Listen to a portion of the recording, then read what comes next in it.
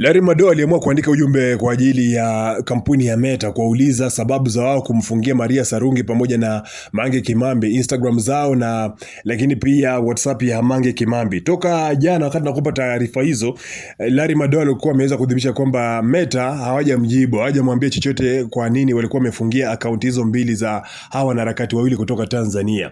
Lakini sasa kampuni ya Meta baadaye ama finally imeamua kutoa kauli mbili tofauti kabisa kuhusu hatua ilizochukua dhidi ya akaunti za wanaharakati wa Kitanzania. Hapa namzungumzia Mange Kimambi na Maria Stezhai Sarungi, ambazo zimezua mjadala mkubwa sana mtandaoni. Kuhusu akaunti ya Mange ni hivi: msemaji wa Meta amesema kuwa akaunti ya Mange ikiwemo Instagram zilifutwa kwa kosa la urejeshaji wa uhalifu.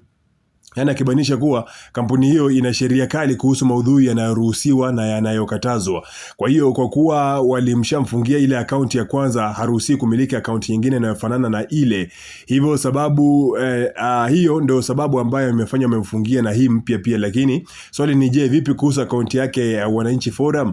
Nayo imekeuka kitu gani? Na kumbuka kwamba kulikuwa na akaunti ambayo ilikuwa inajulikana kama Wananchi Forum na yenyewe pia ilikuwa inamilikiwa na Mange Kimambi. Sasa hapa wamejaribu kueleza kwamba kilichofanya afungie hii akaunti ya Mange Kimambi 80 ni kwamba inafanana ama ina majina ya mfanano kabisa na akaunti yake ya kwanza ambayo pia ile violate rules na ikafungiwa. Sasa vipi kuhusu Wananchi Forum ambayo haina jina mfanano kabisa na Mange Kimambi?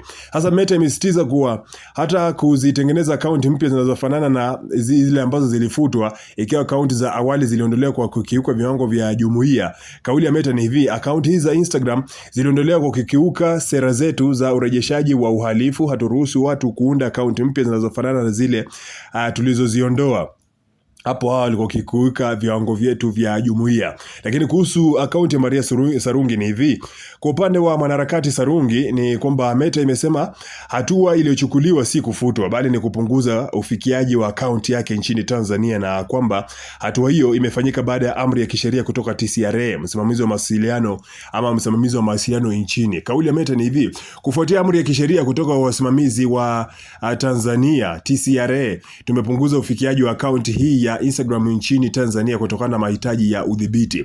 Meta imeongeza kuwa inatamani ama inatathmini uhuru wa kujieleza ni haki na ya msingi kwa kila mtu ambaye ni mtumiaji, lakini inalazimika kufuata sheria za nchi mbalimbali ambako huduma zake zinapatikana. Sasa kuhusu Maria Sarungi, huu ni mkono wa serikali kabisa. TCRA wamehusika au mimi ameweza kudhibitisha kwamba TCRA waliweza kudhibiti ili Maria Sarungi na kila kitu ambacho anakika kupitia Instagram yake kisionekane na Mtanzania yeyote. Sasa wanasema kwamba pamoja na kwamba wao ndio wanamiliki Meta, lakini pia wanaheshimu kabisa sheria na kanuni za taifa lolote ambalo ama taifa la mtu ambaye mtumiaji wake yupo. Sasa kama mtumiaji wa Instagram anatokea Tanzania, wanaheshimu sheria ambazo zinahusiana na TCRA, mamlaka ya mawasiliano ya taifa hilo. Sasa kuhusiana na TCRA, baada ya hao kuweza kurequest ama kutoa amri ama kutoa ombi kwamba chochote ambacho anakiweka Maria Sarungi kiweze kuzuiliwa Tanzania, ndio iko hivyo. Ndio maana nilikwambia kwamba kuweza kumpata Maria Sarungi kwenye Instagram ya kwake,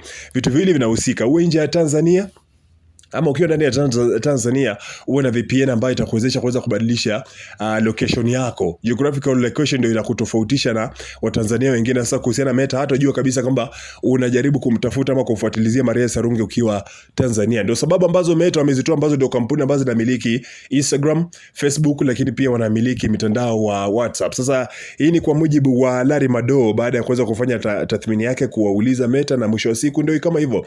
Lakini jana bana imeandikwa barua kwa Rais Donald Trump, samahani, ni barua ambayo iliandikwa na Mange Kimambi akiwa anatoa malalamishi yake kwa nini amefungiwa Instagram zake, ambazo ndio njia pekee ya mawasiliano na ndio njia pekee ambayo ilisaidia katika kuvumbua baadhi ya maovu ambayo ilishuhudia katika maandamano ya Oktoba 29.